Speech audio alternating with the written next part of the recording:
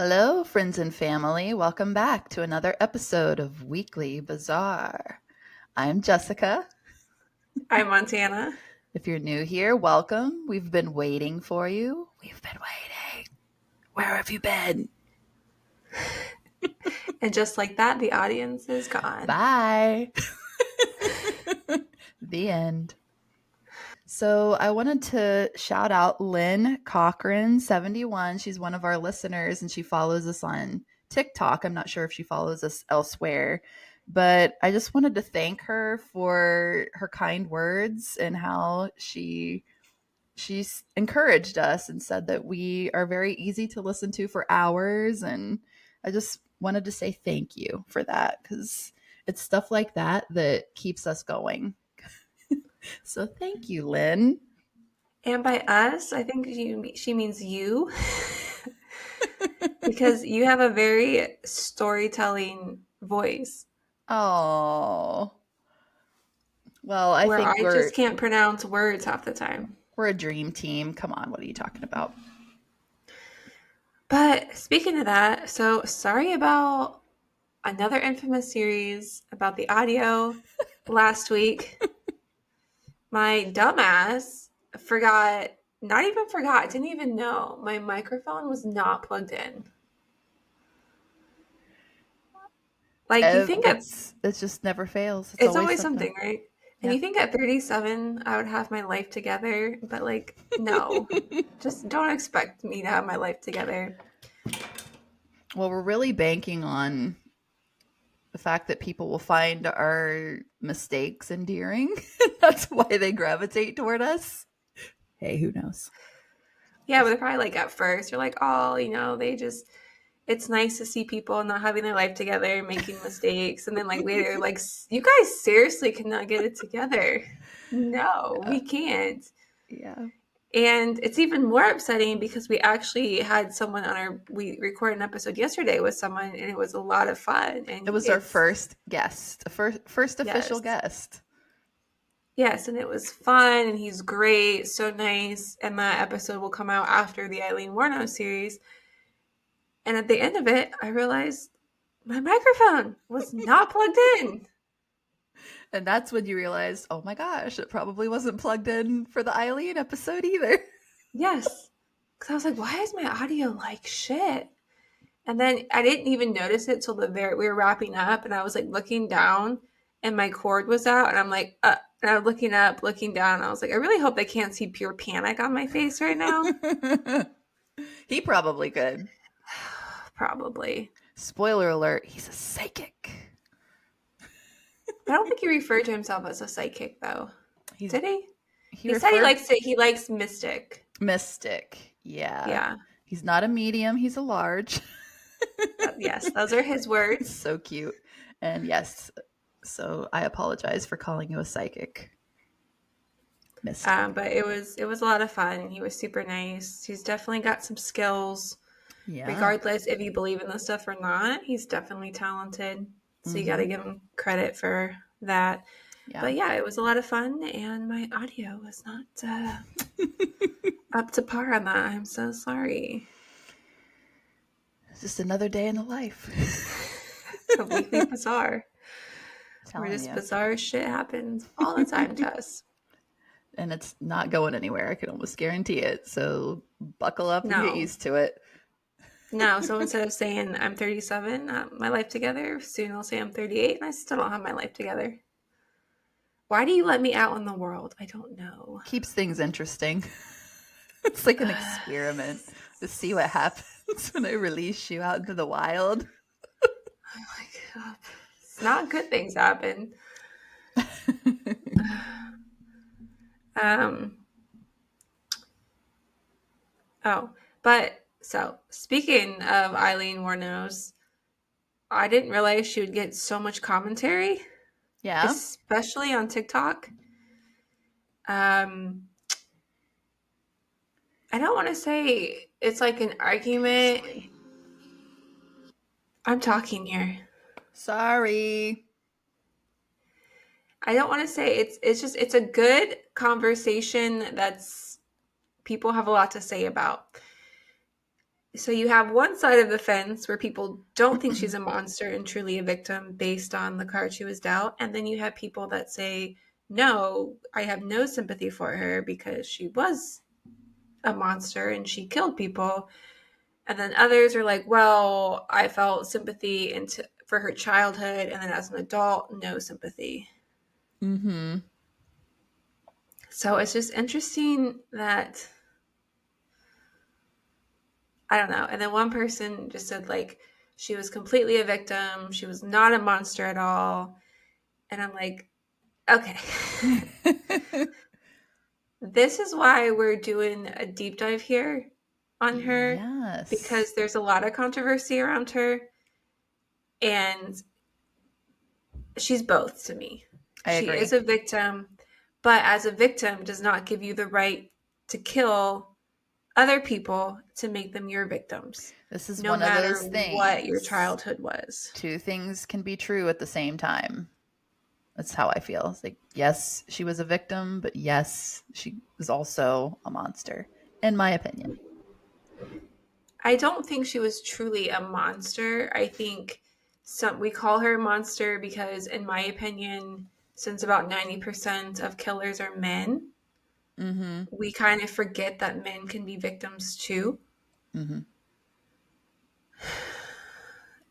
And so it's like I feel like there are worse monsters out there than her, just because she was a female serial killer.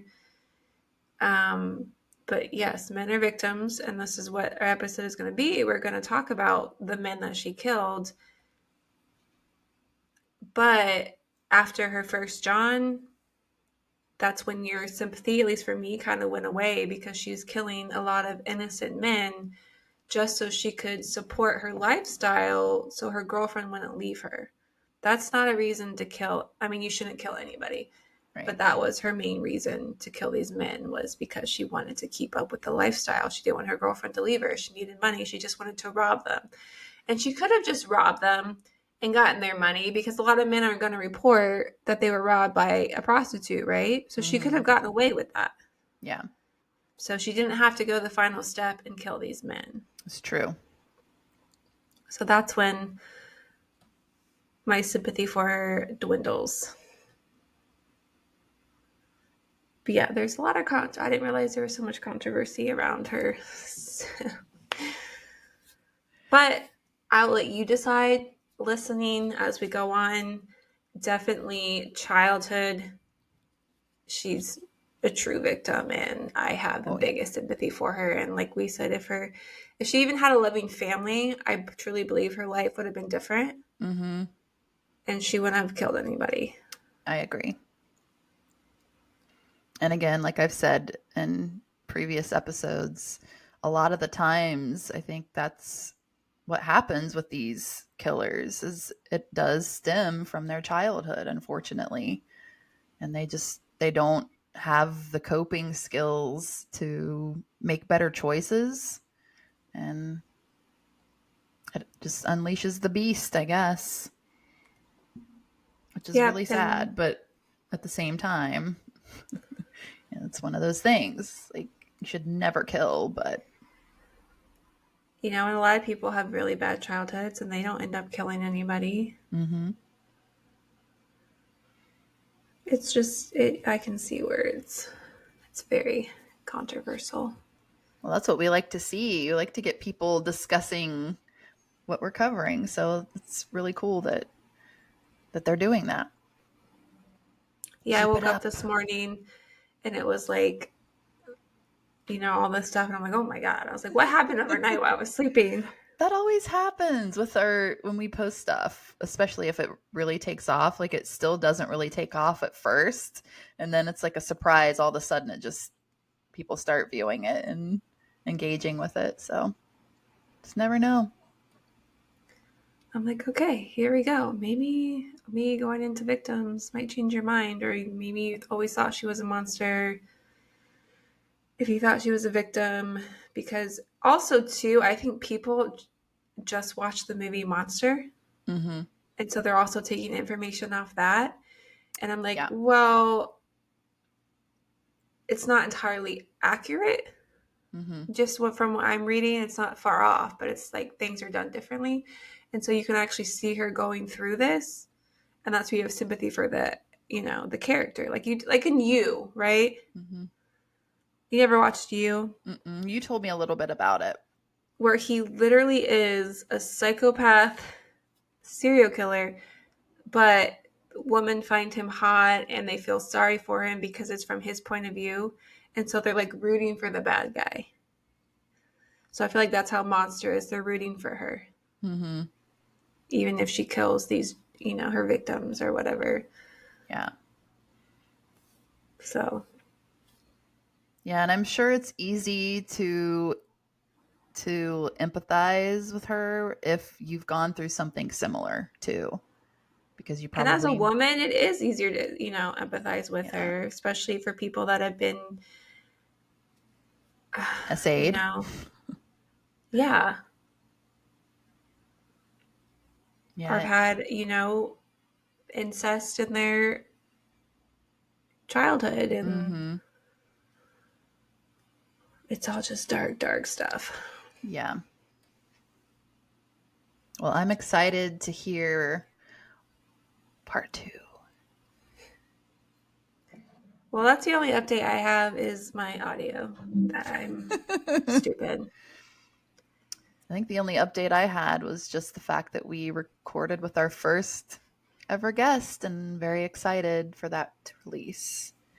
Should we say anything about it? I mean, we didn't say his name. We're just kind of throwing teasers out there.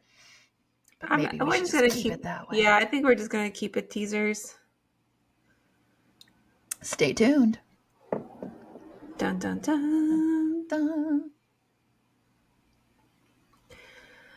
All right, I'm gonna have to scroll all the way back. So I think last episode we went into her childhood. Kind of how she became the way she became, that she was married. She abused her first husband With his own cane. with his own cane. And she met her now girlfriend, Tyra. And Tyra knows she's a prostitute. Who was from Ohio. Of course, it's Ohio. Sorry, Bentley was making a weird noise. I'm trying to remember where we left off. Okay. That's right, because we called her, she became an exit-to-exit prostitute. And then Tyra and her are constantly moving from lodgings to lodgings because they couldn't pay the rent and their existence was becoming more difficult. So they had to change something to make it work because they never had enough money. And so that's when we get into her first murder. And her first murder is Richard Mallory on December 1st, 1989.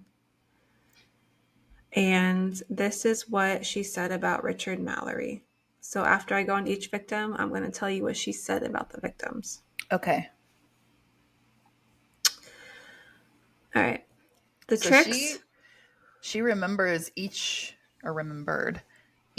one of these people, apparently. Well. Yeah, there is one where she was like, who? Wow. I'm like, yeah. But yeah, she remembers. Like, she is she is there. Hi. Oh. All right. And this is what she says about Richard Mallory. The tricks, man, hookers are the same as cab drivers. You get good fares and bad fares. Some guys are okay and give respect. Others treat you like shit. Sometimes you get paid, often the Johns complain. Straight host strip, round the world, maybe a blowjob. I ain't never been a social worker, don't give green stamps. They want to fuck, they pay, okay. They fuck up my head, rain on my parade. They got what come to them. Mallory? He wanted to cuff me and rape me, you know. That's what did it for me. That cancer-ridden fucking judge said I killed him for money. Hey, I have been with hundreds of men who had money. I only killed 7, so what does that tell you? And that's the fucking truth. The cops knew I killed Mallory. I left my prints everywhere. They just covered it up. Hey, I just want to get it over with. No tears. Tough it out as much as I can. Just lay on the table, smile, and get out of here. It was his choice. Killing Mallory was nothing to me. I was cold and wet, just trying to hitch a ride, and this guy goes past, stops, and comes back. He was okay at first. We had a bottle of vodka, then we stopped for beers at a gas station. He got Doritos and stuff. Sure, he just chatted. He was running late because of the traffic, and then we talked about sex. That's all they fucking want. I don't recall the time, maybe around 3 a.m. We crossed a river towards Daytona Beach. He pulled off the road, up a truck, and into the woods. We were in the front seats. I stripped, and we drank more beer, smoked, and kissed for a while. Just stuff. He was limp, and he got pissed with me. He hit me. Wanted to fuck me with his limp dick. I gave him a blowjob, then he went fucking crazy. Like a crazy man, slapped me some and held me down, and fuck you, man. No motherfucker does that to me. He was going to rape me. I'm telling you, like I told the judge, he was raping me. What I'm saying, you want the truth? I want to tell it as it was. I'm telling you that I'm always going somewhere, and most times I hitched.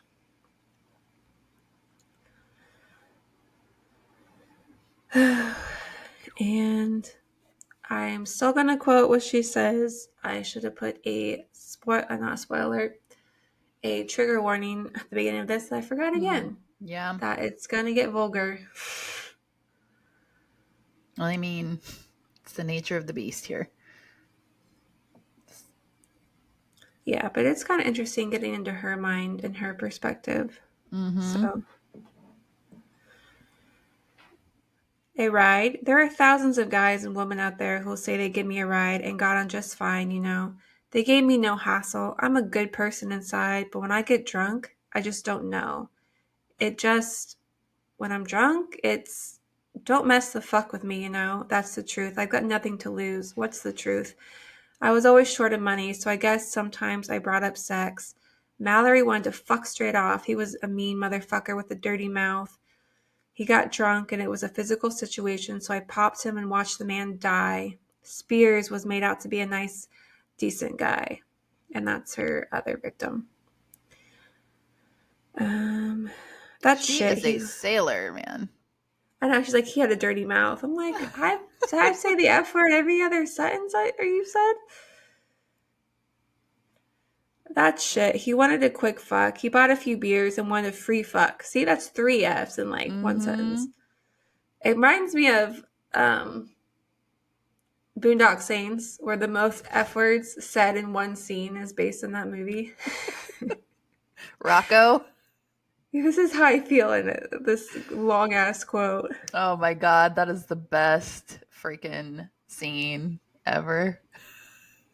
I think, and it's counted how many there are. I can't tell you how much though, but I know if someone's counted it and said this is how many times it was said. That's in my top 5 favorite movies. I love that haven't movie seen it for a long so time. much. Oh my gosh. All right. Pack your shit. Pack your shit.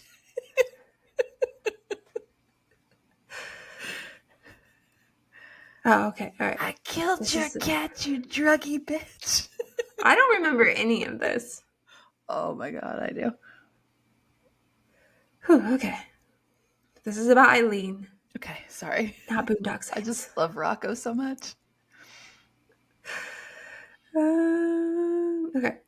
And you want to know about the third one? How do you think he got undressed? Wise up. He wanted sex, got undressed. Ask yourself, what's that all about if he didn't want a cheap fuck? The cops didn't say about the others, never found the Johnnies. Yeah, okay, man, look. You got to understand that guys don't get nude with some broad if they don't want sex. The last one, I can't remember what his name was. Jesus Christ. He was fucking engaged. He bought a yeah. And I do have one thing though. Their families must know that no matter how they love the people that I killed, they were bad because they were going to hurt me. I suppose you think I really suck, right? I just shot Mallory in his right arm. Didn't aim, nothing. Just shot him. Maybe 3 or 4 times right there. He begged for help, but I watched him die. Sure, I robbed him. So what? Damn. Cold. So I don't, as bad as this may sound, I don't really feel sympathy with Richard Mallory, and you'll see why. Okay. But that's my opinion. And don't he's come the for one, her. yeah, and I really believe he's the one that caused her to go on this really killing spree. So Mallory was for all your Florida people, you're going to know where all these are. I have no idea. So I certainly won't know. This is from you. This is for you, Florida. It's Florida, man. Yeah, and then one person commented on TikTok about how the pub that she was finally arrested at, they made a drink out after her. And I'm like, of course they did. It's Florida. Yeah.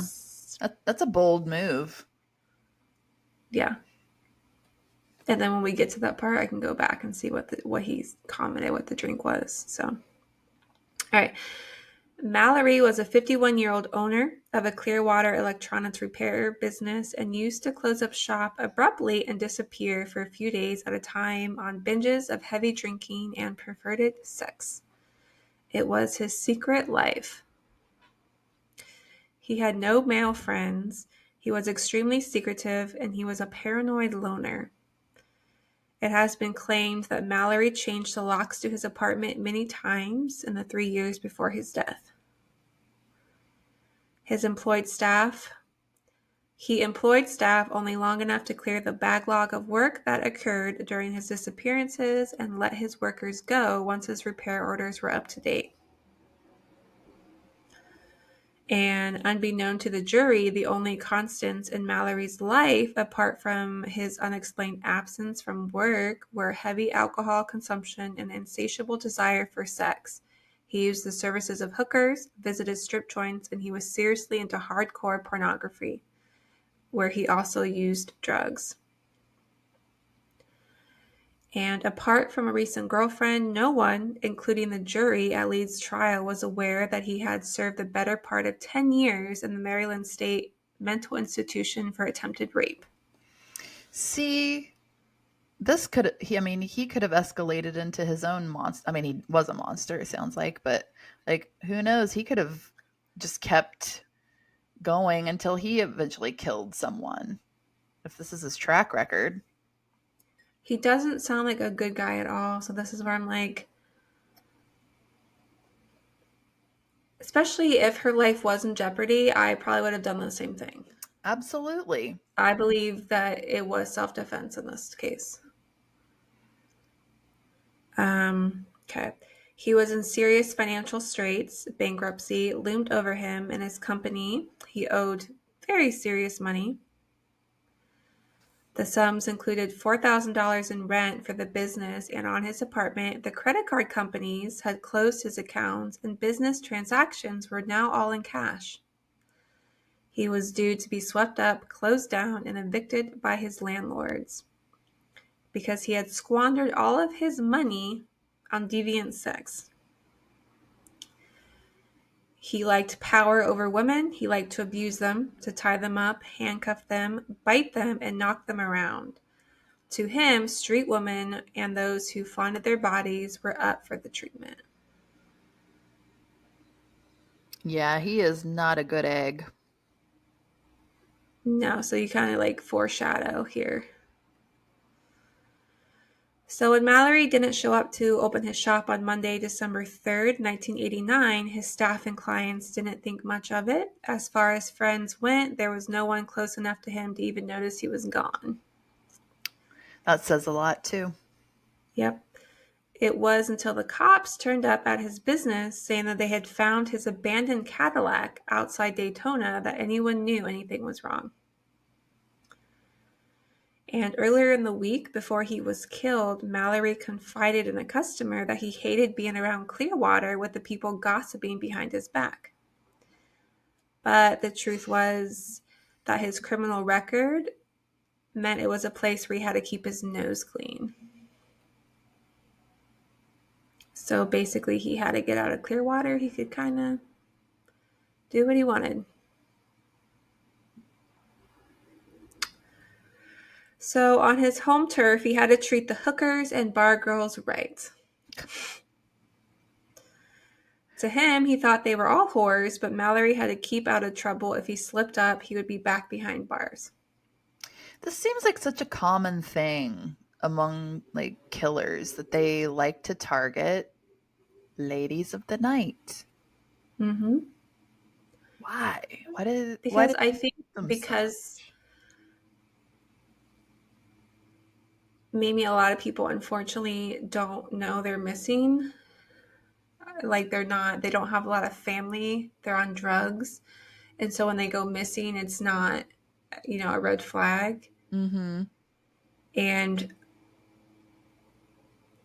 I forget, there was that documentary where there were the killer murdered all those women alongside somewhere in New York, and they were all like women of the night, pretty much.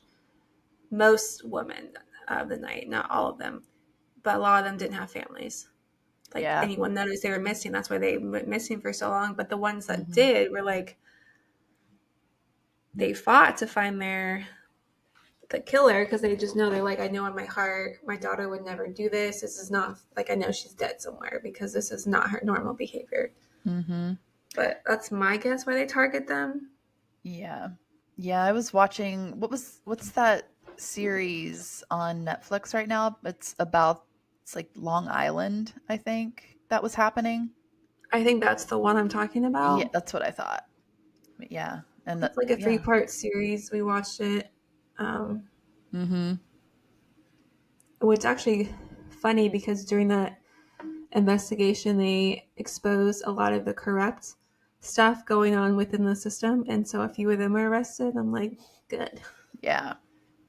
Because they were trying to cover up stuff. Yeah, and then there was the one on Skid Row, the guy that came all the way from Australia. I don't remember what his name was, but he was targeting the sex workers in Skid Row. I don't know that one. He would go out at night, he'd get hire one and then kill them, put them in the dumpster. Maybe I'm thinking of two different, because the Cecil Hotel, that's where they were staying. And they would, that was like their home base to go out and find sex workers and kill them. I don't know. That's my theory. They're just easier targets, and I hate saying that term, easier targets. Yeah. Because they're just trying to get money. So I have nothing against women of the night. I really don't. You do you. But they're literally putting their lives at risk. I highly recommend to anybody who disagrees with that, and it's fine, you're entitled to your own opinion, but it is fascinating to kind of hear their side of their life stories. And there's a man on YouTube who interviews them. Actually, he's usually getting people from Skid Row, and he just brings them in and lets them talk. And a lot of them are ladies of the night, and it's just fascinating to hear kind of what led up to them feeling like they didn't have another choice but to do what they're doing. And it is, the channel is called Soft White Underbelly, and he has a lot of really great interviews on there, and it's usually people from Skid Row people just from all walks of life that this is not, your typical. So, but it does really, it says a lot about these people and why they ended up where they are. And most of the time it's tragic. So interesting. yeah, I think you would really enjoy it. It's fascinating. Yeah, everyone has a story. Yeah. Interesting. All right, back to this piece of shit. Goddamn son of a bitch. Yeah, so to him, hookers and bar girls were all whores. But Mallory had to keep out of trouble because, again, if he slipped up, he would go back to jail. So out of town, away from Tampa, he could do more or less as he wished, and he could use and abuse women. He could, if the mood took him, treat them like shit. On a very rainy night, Mallory is driving and he sees a woman in his headlights, thumb out, trying to hitch a ride. It was a woman aged around 30, a medium build, and carelessly dressed in cutoff jeans, a t-shirt, and a baseball cap. After stopping the car, he hooked his right arm over the back of the passenger seat, looked through the rear window, and reversed to where she stood. And of course, as we know, it was Lee. And at this point, she had never killed a man in her life.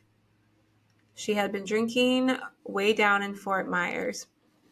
So for a few nights, she hustled for money. When she had an argument with Tyra over the phone, she had been on the road since 6 a.m. and her mood right now was not good. However, she did have $250 in her purse to put down as a deposit on a new rented apartment. And now, after 6 rides north, she was about to climb into a car with a sexual predator. No Lee was clue. happy. Lee was happy with the chance of a ride and that if he was on his way to Daytona, that would work just fine. As they took off, Mallory asked her if she minded him smoking the reefer. She laughed and told him he could do what he liked, but she didn't touch drugs herself. She did, however, accept his offer of a drink. He always kept booze in the car, so they began to get friendly and drunk. I thought he was kind of funny. Don't often take a ride and have a joint pushed your way, Lee would later say. To start with, the fucker was kind of cute. Although a little abrasive, Lee was forthright, so Mallory was not surprised when she asked him if he would like to have some fun and help her make some money. Mallory replied, saying he might be interested. Lee would later confirm that this was her usual plan. She always brought up the issue of sex, and several witnesses who had given her rides would testify to this. Mallory told her he knew girls in topless bars and bragged he would pay $2,000 per photo session. He talked about politics, religion, and that his electronics store was going through troubled times. Just past Orlando, he stopped for gas. He bought a 6-pack of beer and went to the bathroom. Upon returning to the car, he talked about his ex-wife and having problems with a lady. Lee could identify with his troubles, and at that moment, murder was actually the furthest thing from her mind. All she needed to do was get back to Tyra, pay the deposit on the new apartment, shift their belongings, and move in.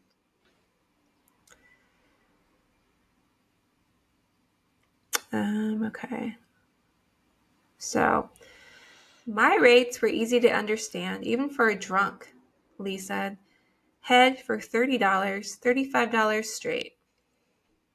$40 for 50-50, half oral, half vaginal penetration. $100 an hour. According to Lee, she agreed to $30. Evidence at autopsy showed that Mallory may have only earned his zip yet had his pants belted at the waist, testifies to Lee's claim that he just wanted a $30 blowjob. They swung off Interstate 95 and drove up a track where she knew as the Quail Run, which ended in deserted woodland. Leaving the headlights ablaze and switching on the interior light, Mallory and Lee swung open the car doors. Shortly after her arrest, she stated that Mallory gave her the money she wanted and she began to strip off a few of her clothes. Usually she would ask the man to strip too, and certainly to remove their pants, but Mallory did not. At first, Lee said she provided him with the service he required, then he attacked her. At trial, she changed the story by saying that he had refused to pay her anything, tied her up, beat her, and forced a blunt object into her anus. She was sure he was going to kill her, so she broke free and shot him. It was just another trick, she said. It was cool and royal before it went sour. Ugh. He made a lunge at her, but she squeezed the trigger of the .22 caliber 9-shot pistol. It struck him in the upper part of his left arm, passed clean through it, and lodged in his rib cage. He did manage to stand up outside the car. Lee backed further away from him, and then she pulled off 2 more rounds in quick succession. He was now mortally wounded.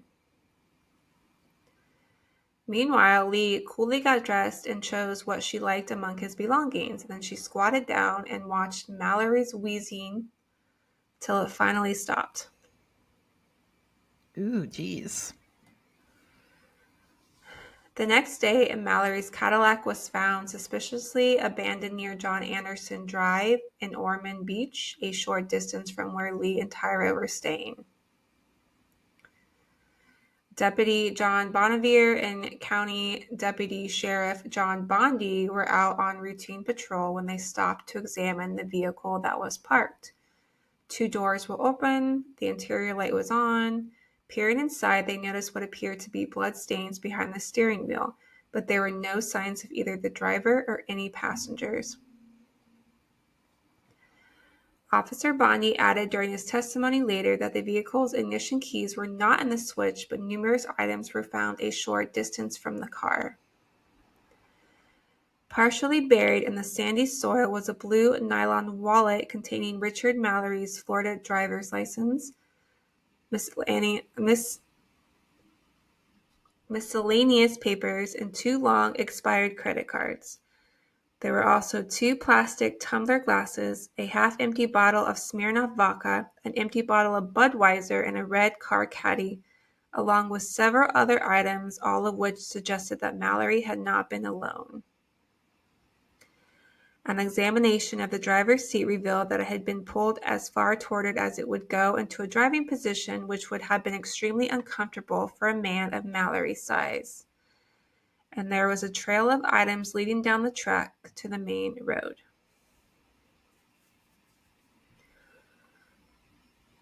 Let's see. Further examination of the vehicle revealed a pair of prescription glasses under the front seat, and in the trunk the impression left by a toolbox which had apparently been removed. And the car was dusted unsuccessfully for fingerprints.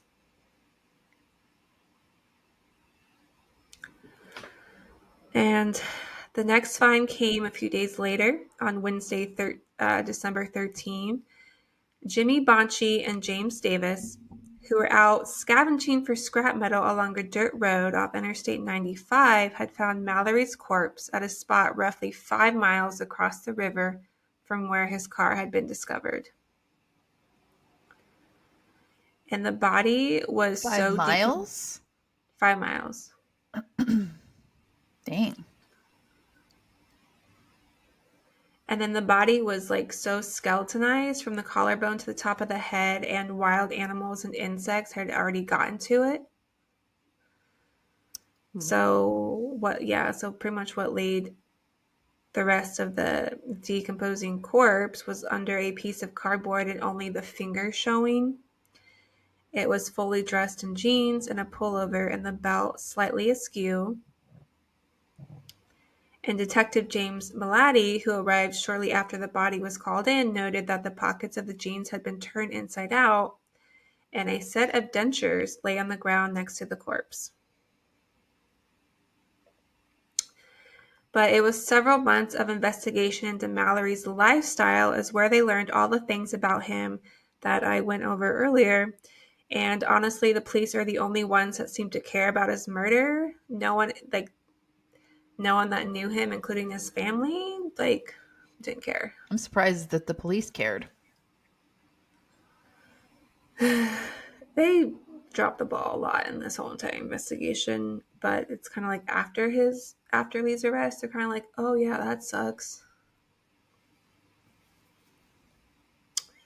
And Tyra initially told investigators she had no idea that Lee had been involved with any murder until they crashed another murder victim's car on actually Independence Day, July 4th, 1990, which was almost 7 months after Mallory was killed. And then she kind of changed her story when pressed, saying that Lee had told her about the murder of Mallory, but she didn't believe her, which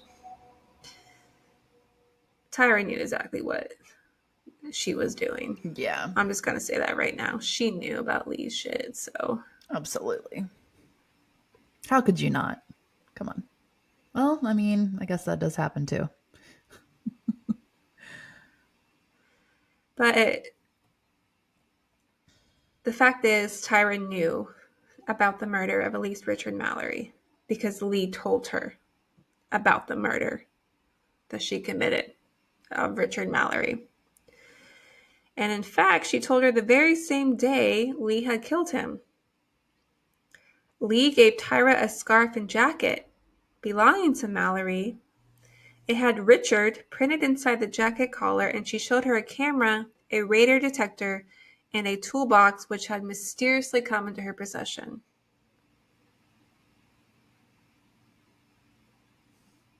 And if all this is not sufficient to raise Tyra's suspicions from non-belief to that of a shock, she could have hardly failed to notice the blood-splattered car seat while she was driving around in Mallory's car for an hour.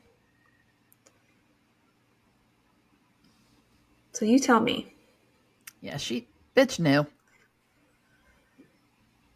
So, and this is Tyra's words. Oh, this is going to be rich. She, meaning Lee, came home early one day in December with a two-door Cadillac with tinted windows and a Gator plate from a Florida number plate on the front. We used this car to move from Ocean Shores Motel to Land Apartment on Burleigh Avenue. Later that night, after I came home from work, Lee told me she had shot and killed a guy that day. She later told me that she had covered his body with a piece of carpet and left his car in some woods off John Anderson. And when we moved in on Burleigh, she had gotten some things in which she showed me something with the name Richard on it. She gave me a gray jacket and scarf, which I believe she had gotten from the car. Those are her words. I'm like, you literally just guilted yourself in it anyway. Yeah. Tyra drives me. I don't like Tyra. And after killing Mallory to death, Lee then drove his car to the Ocean Shores Motel in Holly Hill, where she met up with Tyra. And using Mallory's Cadillac, together they moved their possessions to a low-budget apartment on Burleigh Avenue, and they went back to their old apartment in the car, collected their two pets, which terrifies me that they have animals. Yeah. A dog and a cat, and they returned to the new apartment. Poor babies. Which is funny because, like, in the movie, she wears his hat, right? She keeps his hat. Mm-hmm. And I made Ryan watch it with me. And then Ryan's like, oh, I keep the victims of all my hats too. And he has like 1,000 hats. I was like, man, you kill a lot of people. It's very sus. But yeah, she wore his hat for a long time. At least in the movie, she did. Yeah, I wish I would have watched the movie before we did this, but it is what it is. It's been so many years since I saw it. But even with Tyra's conflicting statements and lies, they still chose not to prosecute her, at least as an accessory after the fact in the murder of Richard Mallory. Had Tyra reported this murder to the police, at least 7 other men would not have been shot to death. Way to go. Yeah. Well done. But he's probably the longest information the victim I went into just because he was a really shitty person, as you can see.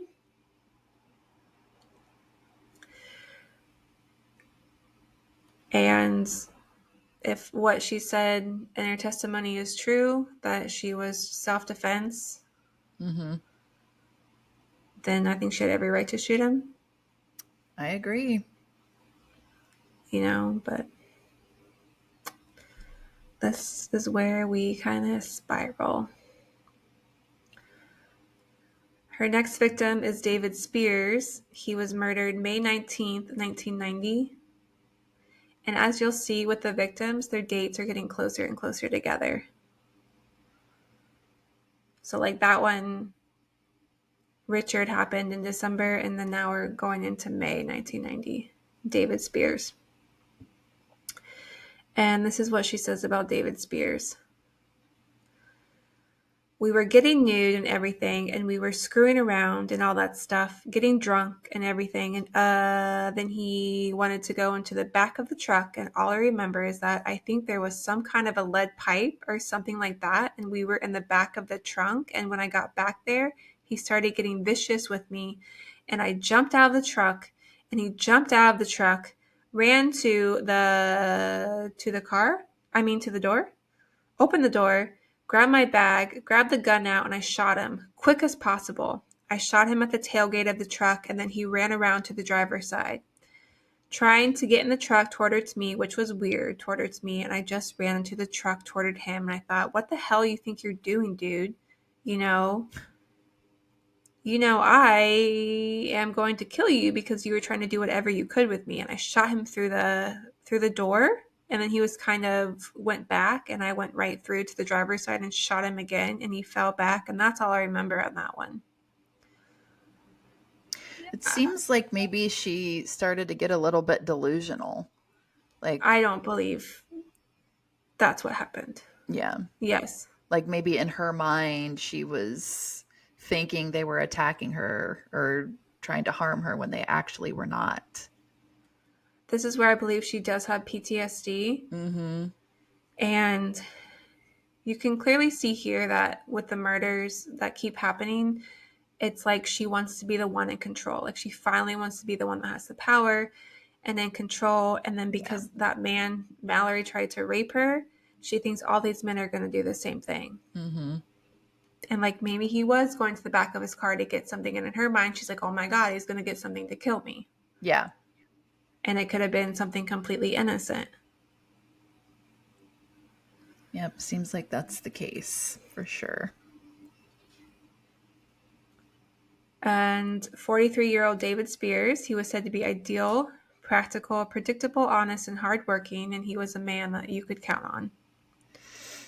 He earned his living as a construction worker. He lived in Winter Garden near Orlando. He was traveling southwest each day to Sarasota, where he worked at Universal Concrete. He was a shy, softly spoken giant of a man, 6'4" tall. He was bearded, graying, and weather-lined from his outdoor lifestyle. Wow. I mean, he's not a small person. That's pretty crazy. Mm-hmm. He cared enough about his former wife, Dee, to give her a regular chunk of his monthly paycheck. And the story of David's undoing begins just before lunchtime on Friday, May 18th, 1990, when he called Dee and told her to expect him to call in some time between 2 and 2:30 the next day. On Saturday, he left for work at about 2:10 p.m., a little later than planned, and started on his way along Route I-75 to Tampa. And he was never seen alive by anyone again, apart from Lee. David spotted Lee somewhere about 26 miles south of Winter Garden and offered her a ride. She explained that she needed to get to, I'm going to look this up, Homosassa Springs. Sure. It's literally spelled Homosassa. Salsa? Homosassa? Sassa. No. Not salsa. Homosassa. If you know, you know, Florida. But Lee's don't hate us. Lee's destination was actually the opposite of David's direction. In fact, it was at least 75 miles in the opposite direction in which he was heading. This was a 150-mile round trip, and as we recall, he promised to meet with Dee around 2:30, but nonetheless, for some reason, he agreed to take Lee. Lee explained that they ended up pulling off the road on US 19 close to Homosassa Springs, where David drove so deep in the woods he was worried that his truck would get stuck. And later, David Spears' truck was found abandoned 10 miles west of Orange Springs on May 20th. A blonde hair was found on the steering wheel, and a ripped Trojan condom packet was found on the floor of the vehicle. All his personal property, including tools, clothing, and a one-of-a-kind ceramic statue of a panther, which he had bought as a present for Dee, was missing. And as in the previous killing of Richard Malloy, the driver's seat was pulled too close to the steering wheel of a man of his height, indicating to the police that someone else had driven the truck after the owner had been killed. And on June 1st, a man found his body of it lying in a clearing amidst pine trees and palmettos. Matthew Cocking had just walked past an illegal dumping site on Fling Lane when he spotted the corpse. And when the police arrived, they found a badly decomposing body, nude except for a camouflage baseball cap, which sat still on top of his head. On the ground near the body was a used Trojan condom, his torn black jacket, its torn black packet, and several empty cans of Busch and Budweiser beer. Ew. It's not my beer choice. Sorry, guys, but ew. At first, because of the state of the body, the police were unable to determine the sex, age, or likely cause of death, and the corpse lay on its back, legs apart, arms stretched, palm facing skywards. Lee had stolen her victim's wages, his daughter's graduation money, and quantity of cash he had ridden in his truck for emergencies. That was around $600. He was so decomposed, let's put it this way. Dr. Janet Pillow was the one that carried out the autopsy, and the man who weighed around 195 pounds was reduced to 40 pounds by the time his body was discovered. Wow. Yeah. Yad. And 6 .22 caliber bullets were recovered from the remains. 6. And then they identified him by dental impressions. Yes. It takes one bullet to kill someone. That's shot after shot after shot. And everyone who knew Spears claimed that he could not and would not hurt a fly. He was incapable of a violent attack, which his murderer would allege she had to defend herself against. And then 5 days later, that's when we find another body.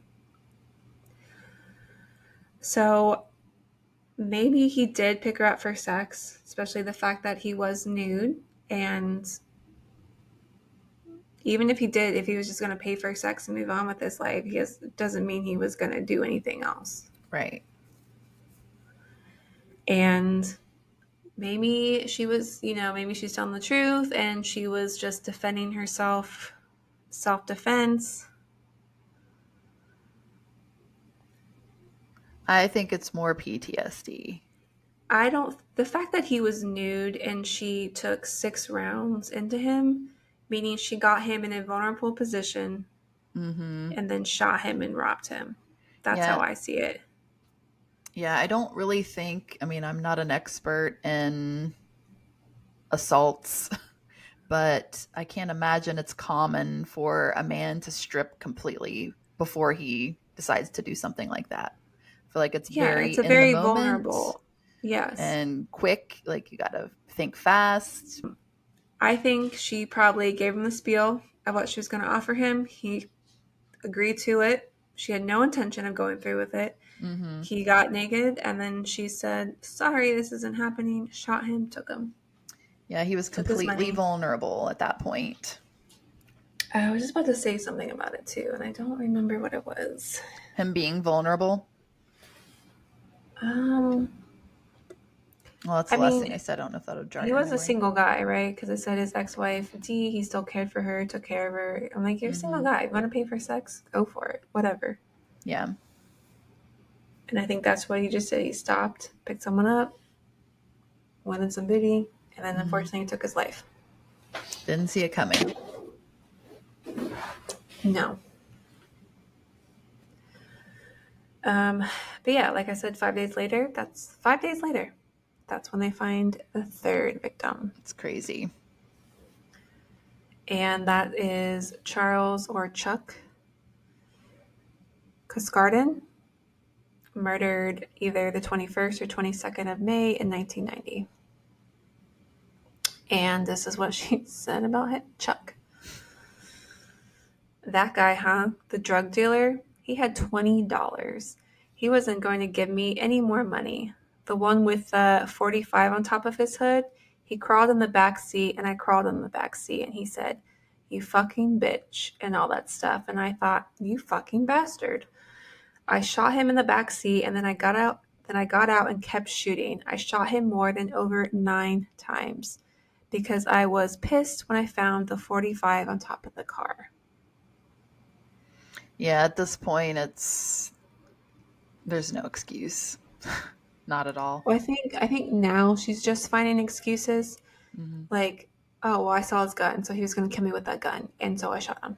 Yeah. 9 times. 9 times. Yeah. Yeah, you fucking bitch. Basically you emptied the freaking thing. Emptied the gun into him. Yeah. So now it's like, okay, so everyone that, I mean, it's Florida. Everyone probably has a gun in Florida. I don't know. They have elephants too. Apparently. And swamp buggies. If you know, you know. Yeah. Go check out Weird Laws. Which I think, is it Weird Laws 2? I think Weird Laws 2 has Florida. Yep. Okay. So in May of 1990, 41-year-old Charles, or Chuck, he was a former road digger and rodeo rider, and he was en route from his mother's home in Boonville, Missouri to Tampa to pick up Peggy, his fiancée. He had packed up the hard life and found less stressful employment as a press operator in his home state of Missouri, and all he had to do was to drive to Florida to collect Peggy, and his life would be complete. And we may safely assume that he was driving south along the Dixie Highway when he spotted Lee thumbing for a ride. After they stopped for sex, Lee claimed she removed her gun from her bag and discharged no fewer than 7 shots into the man's upper body from the back seat, claiming that it was an act of self-defense. After reloading her .22, she shot 2 more bullets into the corpse.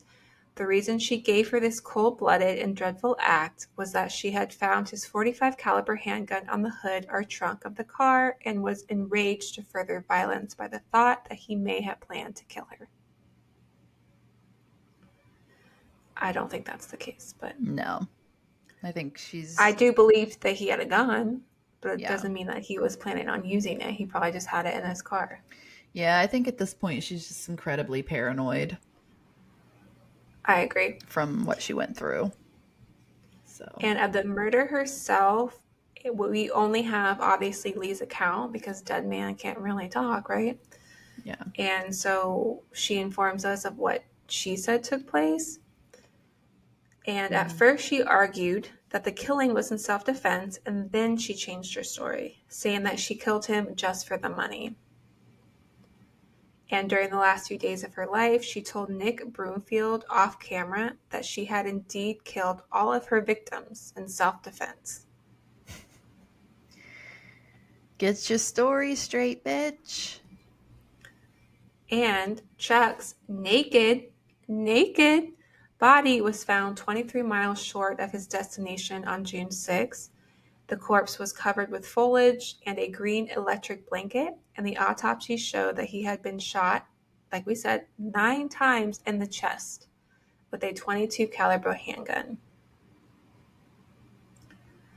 And Chuck's mother, Florence, told the police that when her only son left home, he was carrying a blue steel 45 caliber pistol with a pearl handle, a Mexican blanket, a stun gun, a flip-top lighter, a watch, and a tan suitcase. He was wearing a black t-shirt and gray snakeskin cowboy boots. He had removed the firing pin from the gun, she said, because he was too scared to use it. None of these items were found in his car. None of the items I He just was said too were scared found. to use his own gun? Yeah. Aww. So I just believe he just had it in his car. Maybe it was in case he would be robbed or something. It was his self-defense. Doesn't mean he would use it. Yeah. And it's like we don't know everything about these victims either. And like maybe they had a secret side of like hooking up with prostitutes, paying for sex. But doesn't mean they're bad people. Right. And all of these are going to be self-defense. Even the men that weren't actually picking you up to hook, like, no.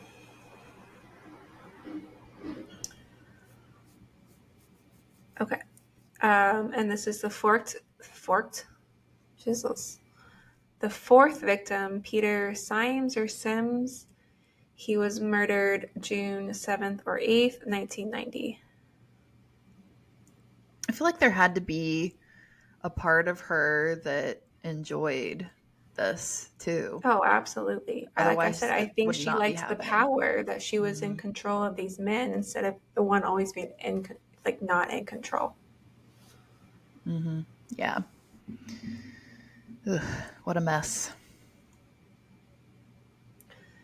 All right. And this is what she said about him. Oh, let me see. Third guy I had a problem with. Let's see. I think the next one's the one. He was a Christian guy or something. I didn't know he was a Christian guy. He was nude. This is the one in Georgia, I think. And he took a sleeping bag, took it out in the woods, and when we got nude, I had taken my bag with me that time because I said, well, if we're going to go out in the woods, I'm going to give him an opportunity to rape me. And that's the time this guy gave me a problem too. And so I whipped out my gun and I said, I don't want to shoot you. He said he didn't say anything. He just looked at me and said, you fucking bitch, which they all seem to say, right? Mm-hmm. And I said, no, you were going to rape me because he was getting physical with me. And again, and I knew. And he said, fuck you, bitch.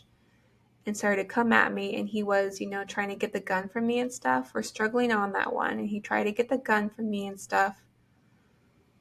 And we're struggling with the gun and everything else, and a couple of bullets shot up in the air, and finally I ripped it away, and I had the gun in my left hand, and I put it back in my right hand, and I shot him immediately. And I'm positive the only one in Georgia is the missionary guy. I remember the missionary guy. I shot him once.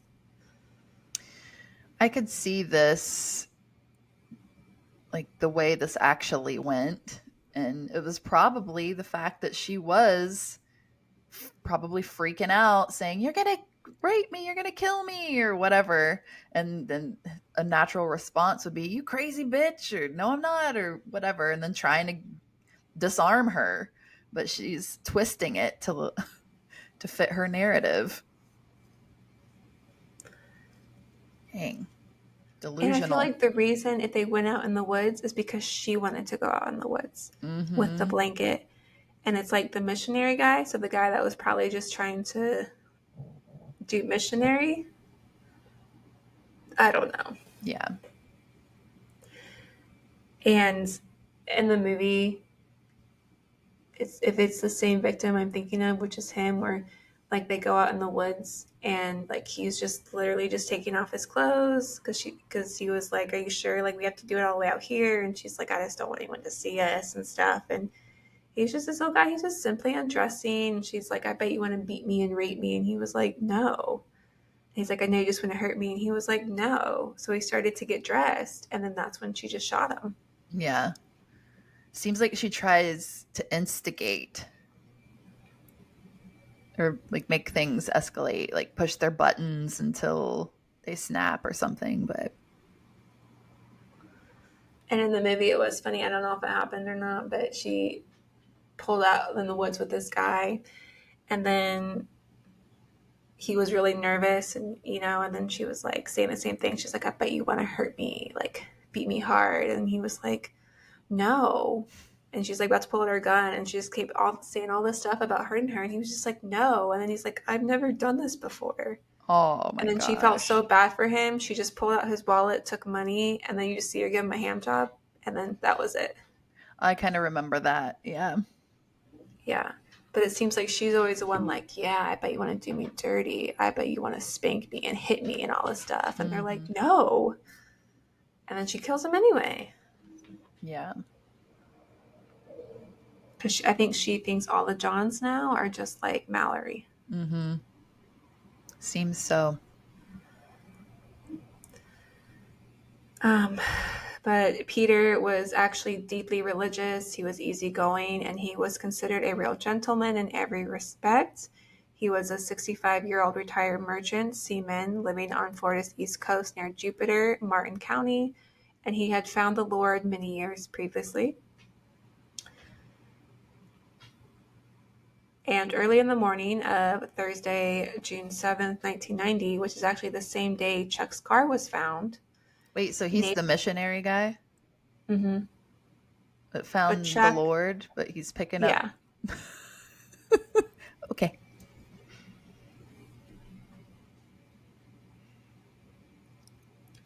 I don't know. And like I said, everyone has their secrets. And maybe like this was his secret way of still trying to keep.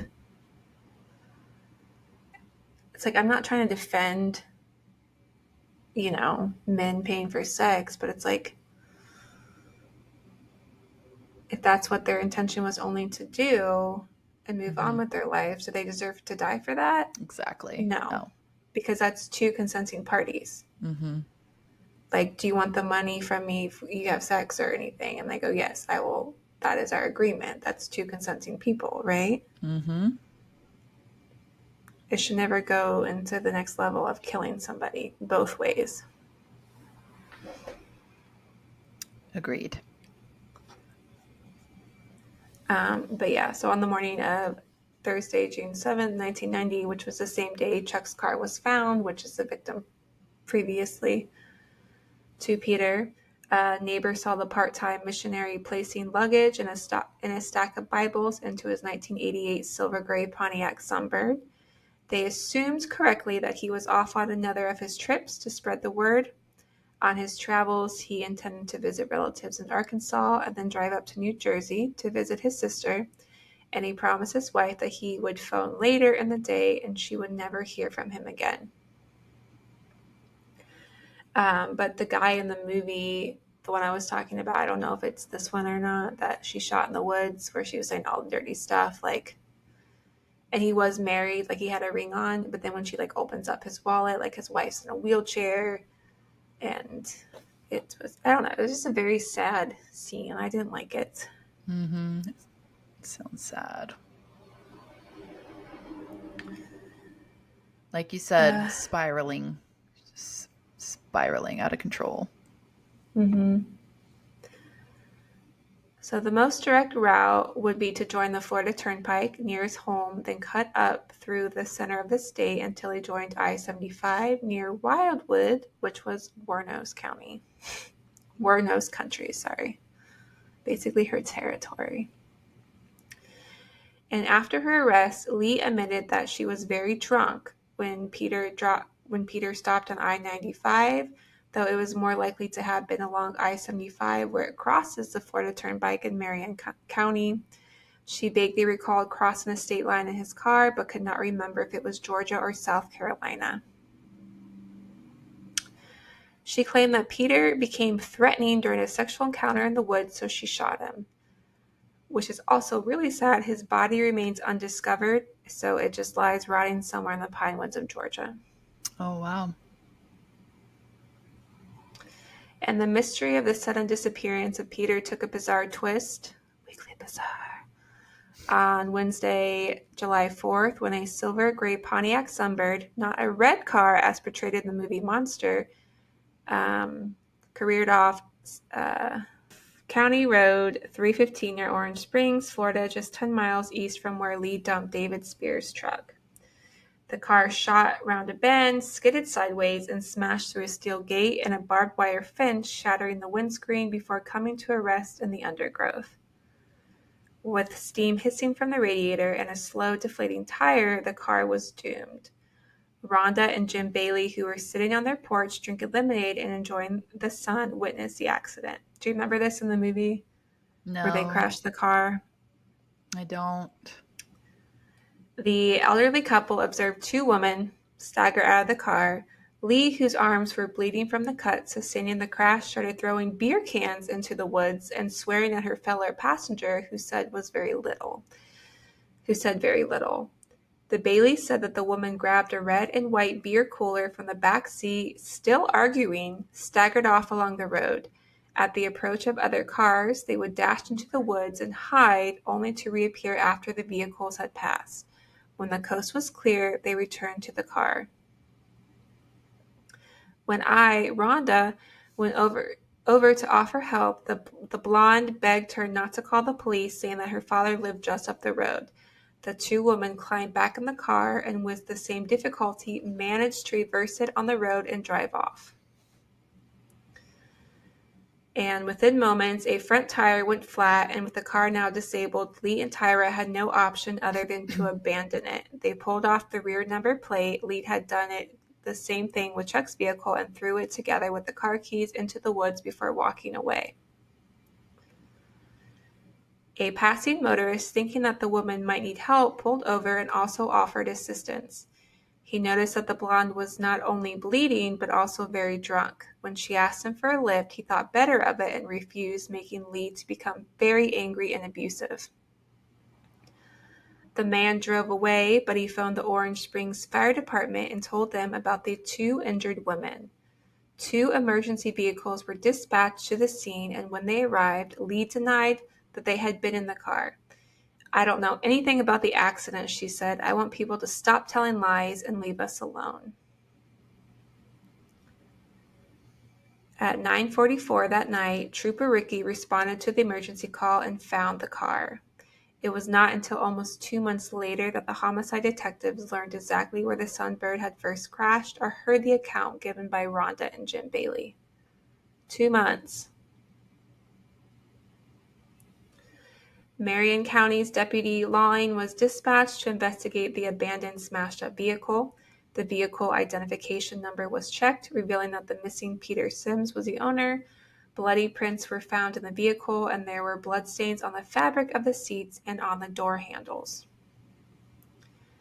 Items removed from the car by the police included Busch and Budweiser beer cans, as well as cigarettes and 2 beverages. Peter Sims and his wife were missionaries. They neither drink or smoked, so the 2 beverage cozies could not belong to them. 2 beverage cozies. So, underneath the front passenger seat lay a bottle of Windex window spray with an Eckerd drugstore price label attached to it. This ticket was easily traceable to a store on Gordon Street in Atlanta, Georgia. Relatives also stated that the couple had never traveled to Atlanta, but that Peter would probably pass close to the city en route to Arkansas. Oh, it's a lot of information. Mm-hmm. And Peter had borrowed his son's suitcase for his trip, and has later recognized it among the loot found in Lee's storage lockup. So by now, a police artist had drawn composites of the 2 women based on descriptions given by witnesses of the incident with the Sunbird. And armed with these sketches and the bottle of Windex, the investigators traveled to Atlanta to question the manager of the Eckerd drugstore. Someone's scratching at my door. Viewing the pictures, he recalled 2 women identical to Lee and Tyra entering a store on Friday night. "We are in a bad part of town in a predominantly black area, and white people do not venture into this area after dark," he said. The police learned that the 2 women also purchased cosmetics in a black box of Trojan condoms, the same brand as those found near the body of David Spears and inside his car. And it was believed that Peter had reached the truck stop at Wildwood.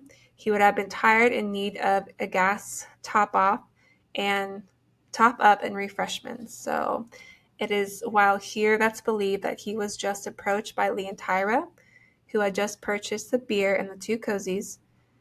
And from Wildwood, the threesome, Peter, Lee, and Tyra, headed north up I-75, crossed the state line into Georgia, and continued on to Atlanta, where they stopped at the Eckerd store.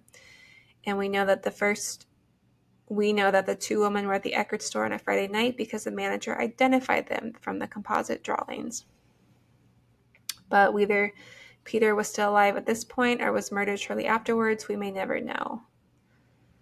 And like I said, his body has not been found, his credit cards had not been used, and money had not been withdrawn from his bank account. And for whatever reason, the police never ran the bloody fingerprints on his car.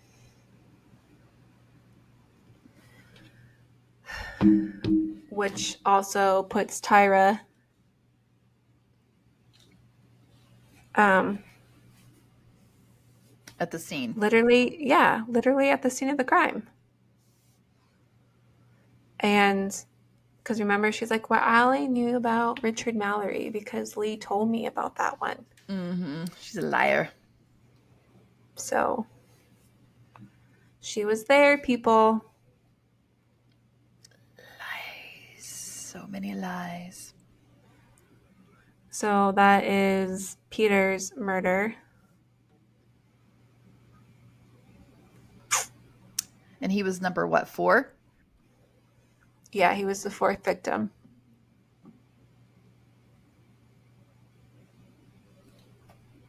On a goddamn rampage. Oops, probably should take that out. Why? Because I said goddamn. Oh. That might be offensive to some people. All right, so the 5th victim, Eugene Troy Burress, was murdered July 30th, 1990. This is like pretty much all within a year. All right. And this is what she says about him. He physically attacked me and he was ... He laughed.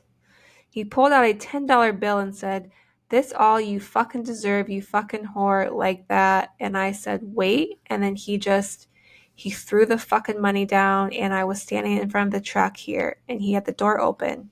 And he just came, didn't know I had a gun or anything. He came at me. We were fighting. And when I got away from him and I ran back to the truck and I had my gun in the back and I ran in the back real quick and he ... It's like she doesn't... Anyway. And now we're still fighting, and somehow I kicked him or something. He backed away, and I pulled my gun out, and I said, "You bastard," and I think I shot him right in the stomach or something. I mean, it just sounds like she's lying. Like the way it's like she's trying to come up with how it went down, or she's like, "Oh, well, this happened. Well, I think that happened," and then, "Oh, wait a minute." Yeah. Yeah. If you're saying "or something," no. Because there's so much like ... where she's like, like, oh, wait, maybe that happened. But and if something this intense happened, you would remember every detail of it, I'm pretty sure. Like when something, on this level of intensity, you're not going to forget shit. You're not going to forget details.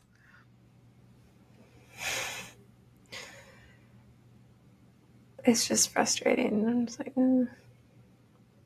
I don't know. Maybe I shouldn't say that because I know that the mind has a way of protecting people, and maybe for that reason you would forget details in a situation like this, but I'm not buying it. But I think she's also coming up with reasons why she had to kill them when there's no reasons there.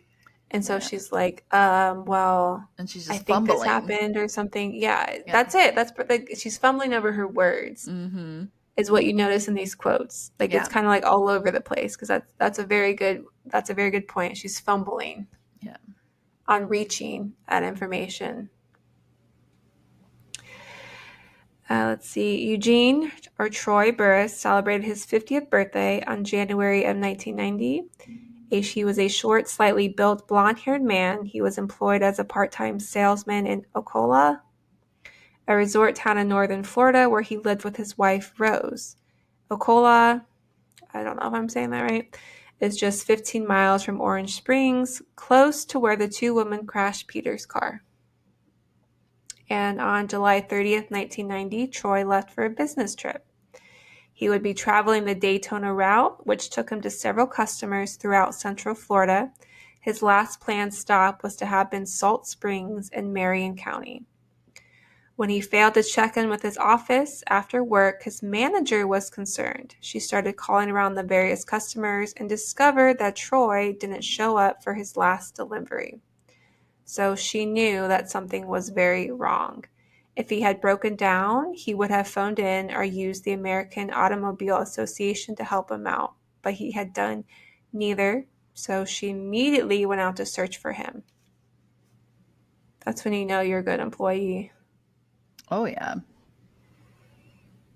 And at 2 a.m. the following morning, Troy was reported missing by his wife. The police recorded her description of a slightly built man around 5 foot 6 inches in height and weighing about 155 pounds. He had blue eyes and blonde hair, and this time there was actually a fast response with a quick outcome. And at 4 a.m., Marion County deputies found Troy's delivery van, distinctive with its black cab, white refrigerator back, and company logo on the shoulder of State Route 19, which is 20 miles east of Ocala within a few miles of Orange Springs. The vehicle was locked and the keys were missing, as was Troy. A family out for a picnic in the Ocala National Forest found Troy's body 5 days later on August 4th. They found his remains in a clearing just off State Route 19, about 8 miles from his abandoned delivery van. And Florida's heat and humidity quickly decomposed the body, so they couldn't identify him at the scene. However, he was confirmed as Troy Burris by his wife because she had given him the wedding ring he was still wearing. Troy had been killed with 2 shots from a .22 caliber handgun, one to the chest and one to the back. A clipboard with delivery details and receipts, which had been removed from the van, they were found near his body. One to the chest and one to the back, which means he was trying to get away. My guess is either she shot him in the back, he turned around, then she shot him in the chest, or she shot him in the chest and then he turned around to try to run. She shot him in the back. Either way, you're shot in the back. That's not self-defense. No. No. But it didn't say which one, like which area was shot first. Lee later said, "He took me to the woods and told me to strip. Then he offered her $10 and said, 'That's all you're worth.'" She claimed that he had sexually assaulted her, so she shot him in the chest. As he turned to escape, Lee shot him in the back. She made no secret that the second shot was deliberate. She seemed to be under the mistaken impression that a rape victim was legally justified in shooting a fleeing attacker. Same story, different victim.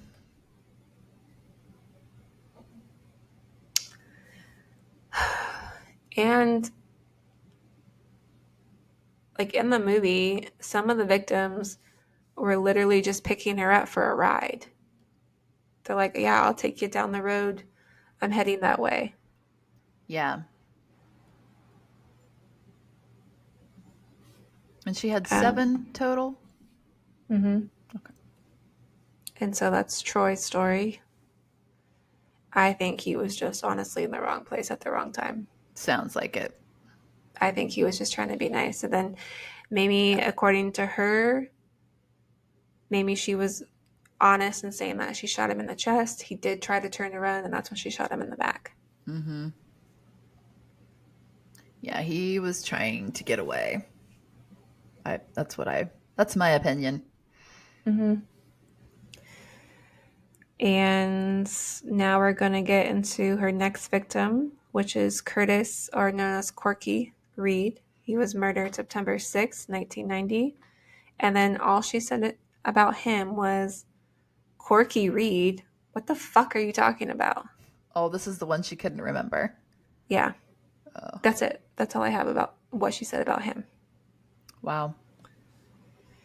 And Curtis, or Corky Reed's name, is not generally mentioned alongside the life and crimes of Aileen Wuornos, mainly because the police investigating these crimes were not in the least bit interested in his disappearance, or his death for that matter.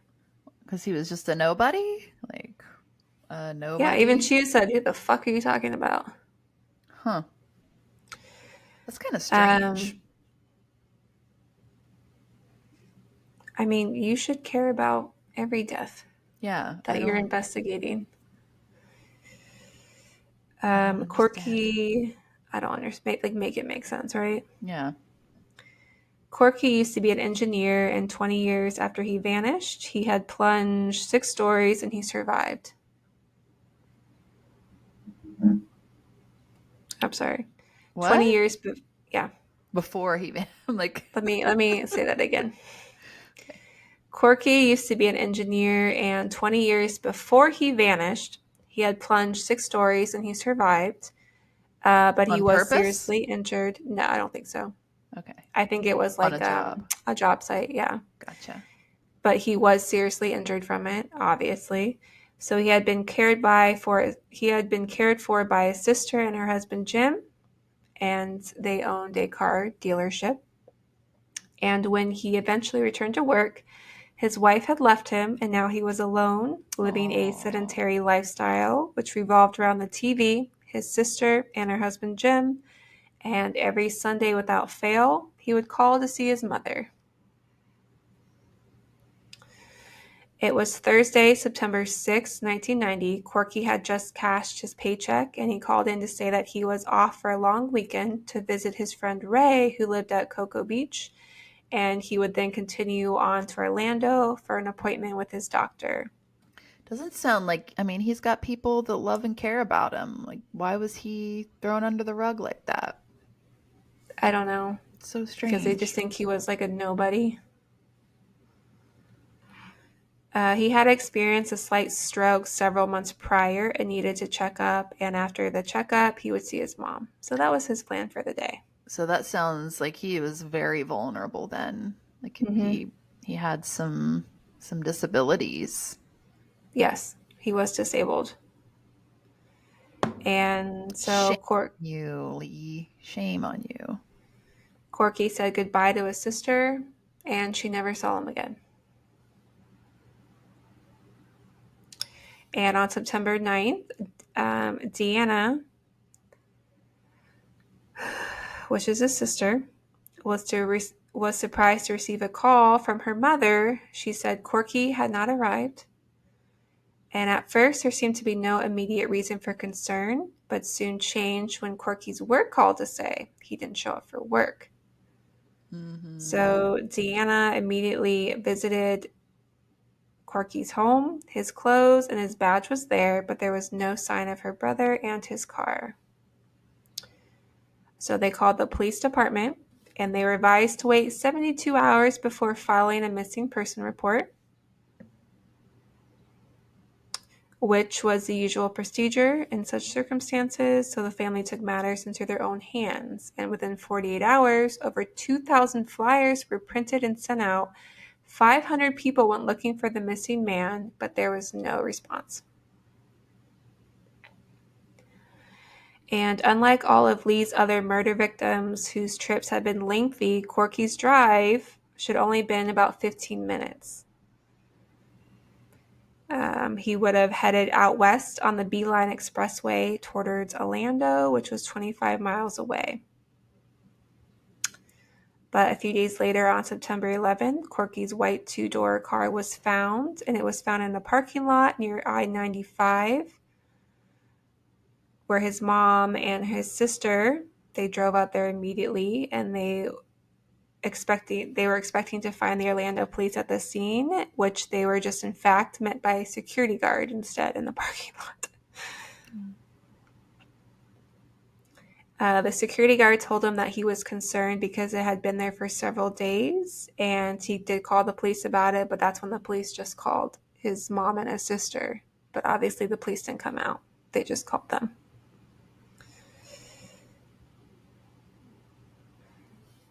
So a man is reported missing, his car is found, and the police are informed, yet they do nothing about it.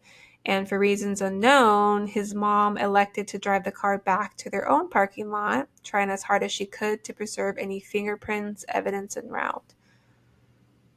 So basically, his mom conducted her own search of the vehicle, basically probably doing her own police work at this point.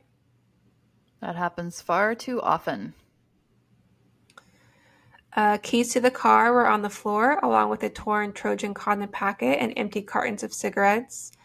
The car, which Corky had regularly maintained in good working order, showed that there was no oil in the sump and little gas in the tank. The brakes had been worn down, and someone had thrashed the car very hard indeed. Of even more significance was the fact that the glove compartment had been emptied out, although the registration papers were there. Corky's toolbox was missing, and the driver's seat had been pulled forward, again indicating that someone shorter than the owner had driven the car. And then the NASA emblem had been scraped off the rear window, and his body has never been found.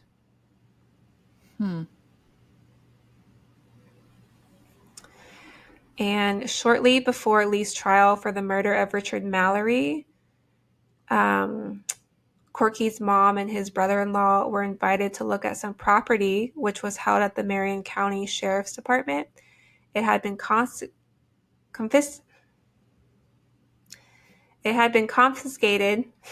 from none other than Tyra Moore. My brother's suitcase, which Corky had borrowed, was there. His Levi members-only jacket was there. Sweatshirts like my brother wore. I recognized them all, but I couldn't prove they were his. There were no identifying marks, but I knew they belonged to my brother. Also, I just want to point out at this stage in the investigation, it's worth mentioning that there were negotiations to do a movie deal with Tyra, and she would receive more than $100,000. And she declined?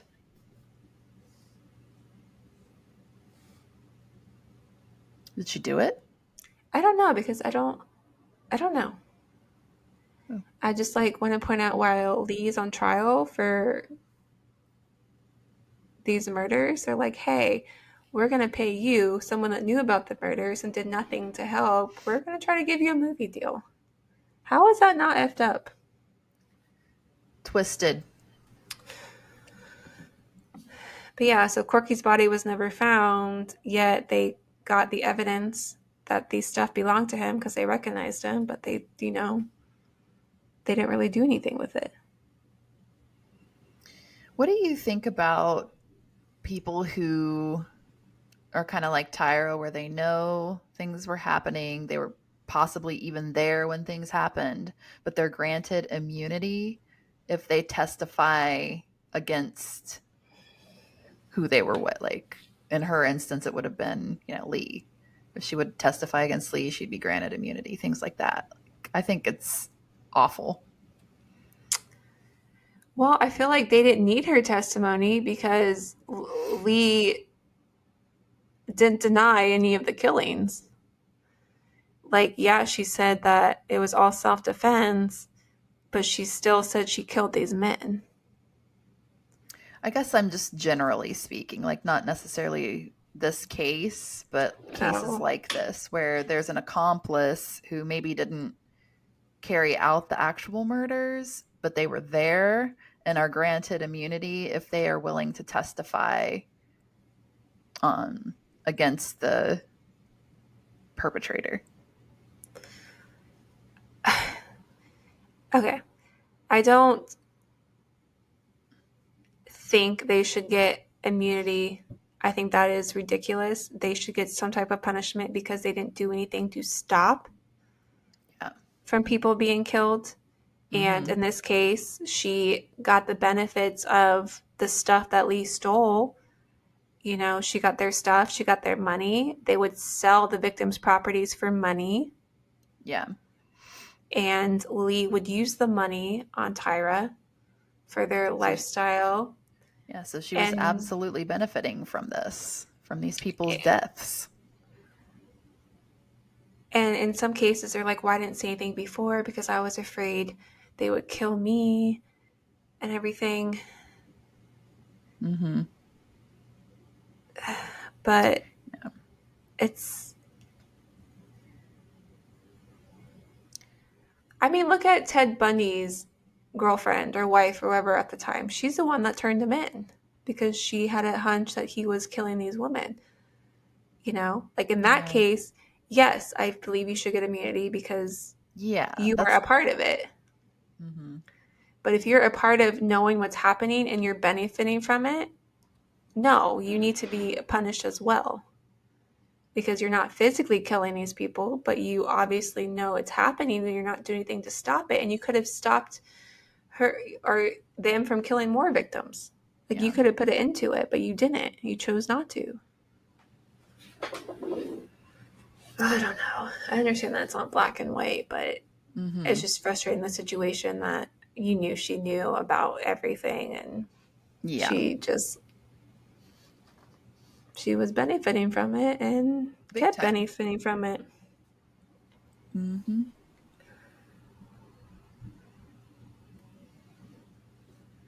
All right. The sixth victim, which might end up being just the last, what we do today, is Charles Dick Humphreys. He was murdered September 11th, 1990. And this is what Lee said. If I made $130, I'd take $30 and give her, Tyra, the rest to pay the bills. She always told me, get a motel with a swimming pool because it's so boring here all day long. So I found a place with 2 swimming pools, a shuffleboard, a lounge. Go do something, bitch. Yeah, like in the movie, she just stayed around the hotel all day and did nothing. Yeah. Was she doing drugs or... Probably. I think she at least did weed. If I remember. I think she smoked weed. Yeah.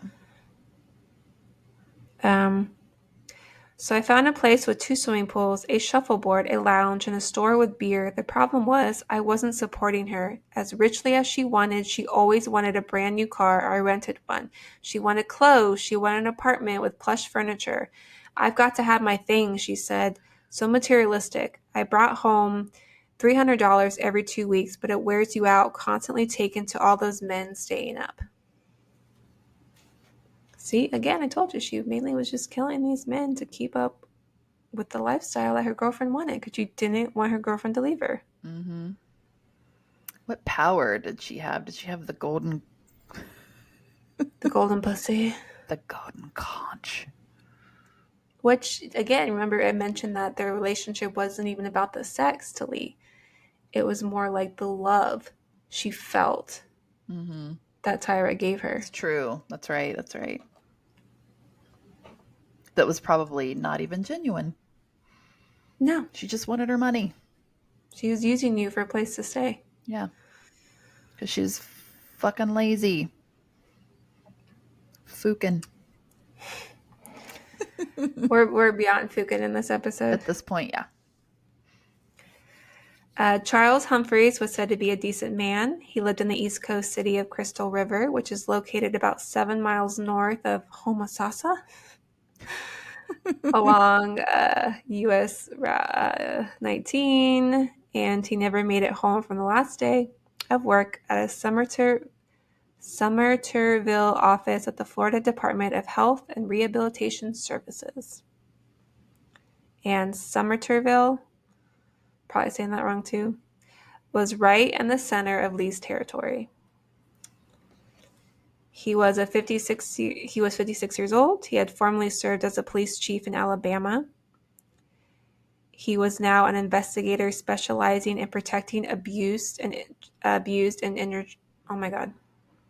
He was now an investigator specializing in protecting abused and injured children. He was about to transfer to the department's office at Ocola. He had 3 children, and it said he did very well working with children. He picked up his killer the day after his 35th wedding anniversary, and his wife Shirley had been battling cancer for years. He was always in the driveway 10 minutes after 6, Shirley said. At 6:30, I thought it was car trouble. At 7, maybe he stopped for a beer. At 8, I panicked. I got the highway patrol. The Wildwood Police Department started a search. The next day, my son came. I sat and waited. I woke up at 2:30 the next night. I heard a knock on the door and knew right away what it was. Humphrey's body was found the same day, Tuesday, September 11th, the day Corky's car was found, abandoned near Orlando. Charles had been shot 7 times. 6 .22 caliber bullets were recovered from his body, but the 7th copper-jacketed round had passed through his wrist and was never found. His money and wallet were missing. His trouser pockets had been turned inside out.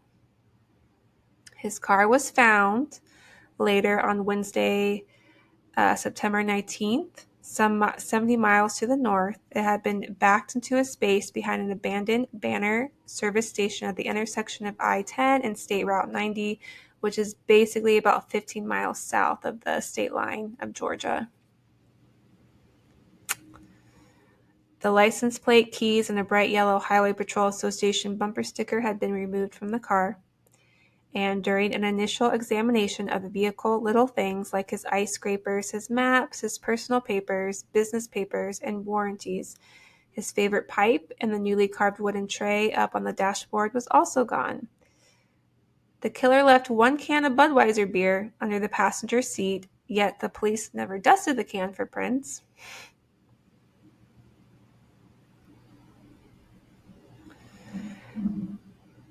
And back at the police impound, a closer examination of the car's interior revealed a cash register receipt for beer, a Speedway truck stop, and a convenience store located at State Route 44 and I-75 in Wildwood, the same store from which receipts were found in Peter's car.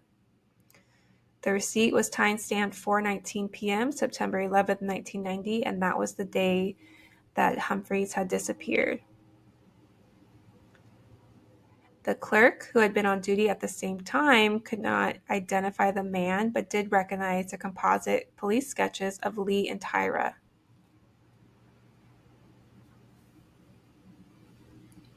And most of Humphrey's personal effects, including his pipe, pen and pencil, wedding ring, and wristwatch, all covered in blood, were found a month later in a wooded field off Boggy Marsh Road, around 18 miles from where they found his body, but they did return those items to his wife. And Lee would claim that after shooting him, she heard his gurgling moans and took pity on him by shooting him in the head to put him out of his misery. Jeez.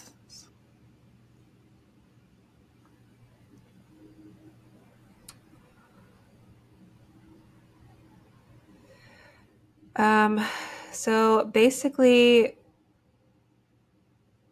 what is known is that Humphreys left his office on September 11th and he was driving home. And when he stopped to give a blonde woman a ride, Lee and Tyra were certainly at the Emerald store around the same time as Humphreys drove past, and he was obviously en route from leaving his office heading home. And what we know is that around 4 p.m. he pulled in the Emerald store, and on this occasion the Emerald clerk recalled 2 women purchasing beer or wine. Evidence found later showed it was the cans of Budweiser and bottles of Miller Lite, and the woman looked very similar to Lee and Tyra. And the clerk was unable to identify the male who had been driving the car, but he could only have been the soon-to-be deceased because the 2 women climbed into the car. Again, Lee was not alone, because Tyra denied any knowledge of being in the dead man's car that day. She said she knew nothing of the murder until police later questioned her about Lee's movements. She claimed never to have met anyone called Charles Humphreys, but she was unable to account for her movements during the time in question.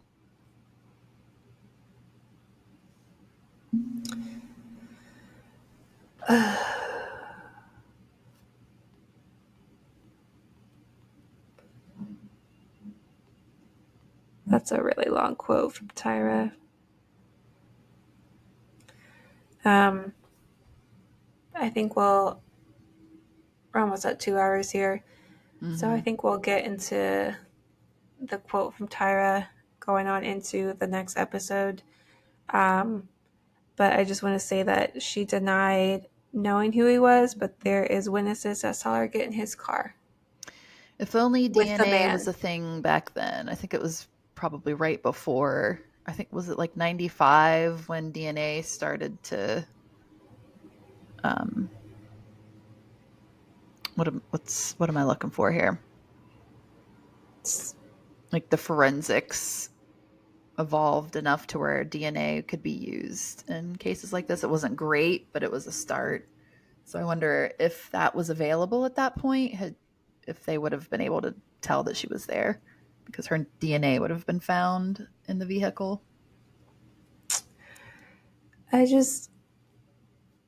You have these composites of these women and no one can tell you like who these women are to give you a name to at least question these women. Yeah. Or you can maybe dust for fingerprints, and obviously they're going to be in the system.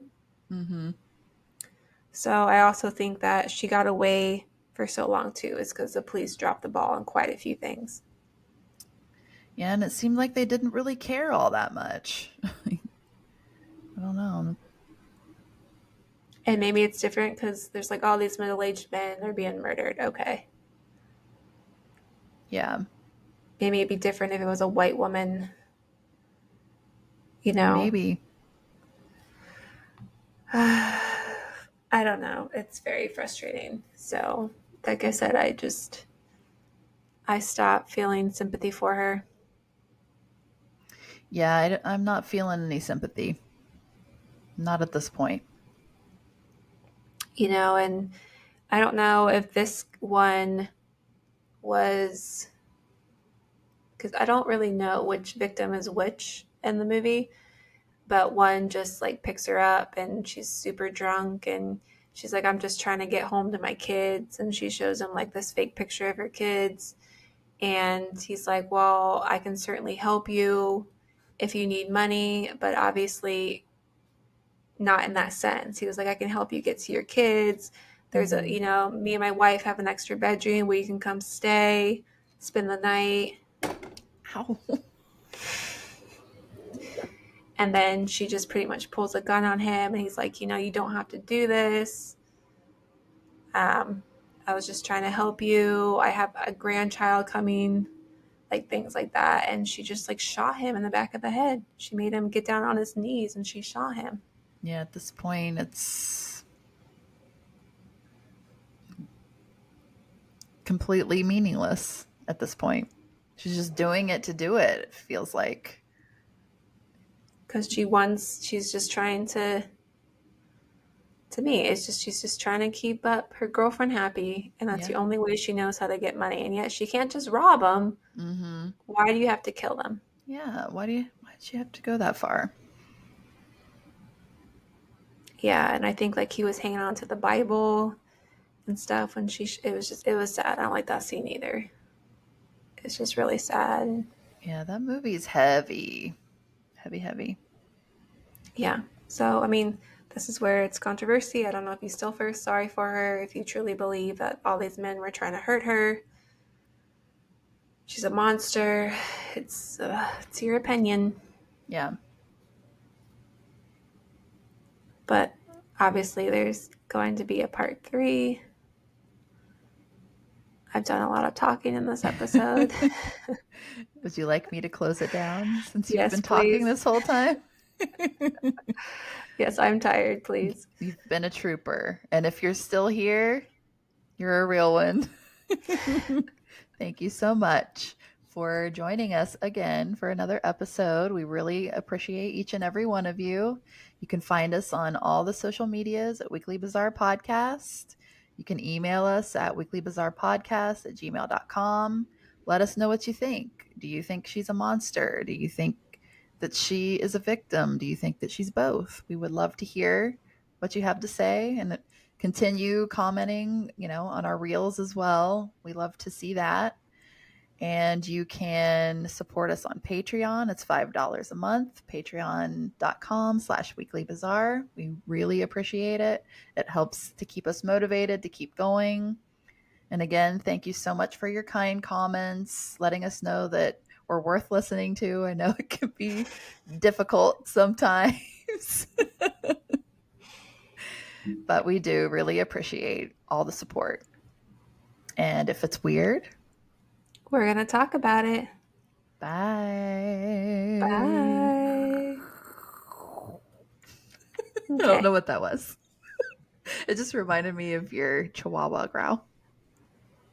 Okay. Bye.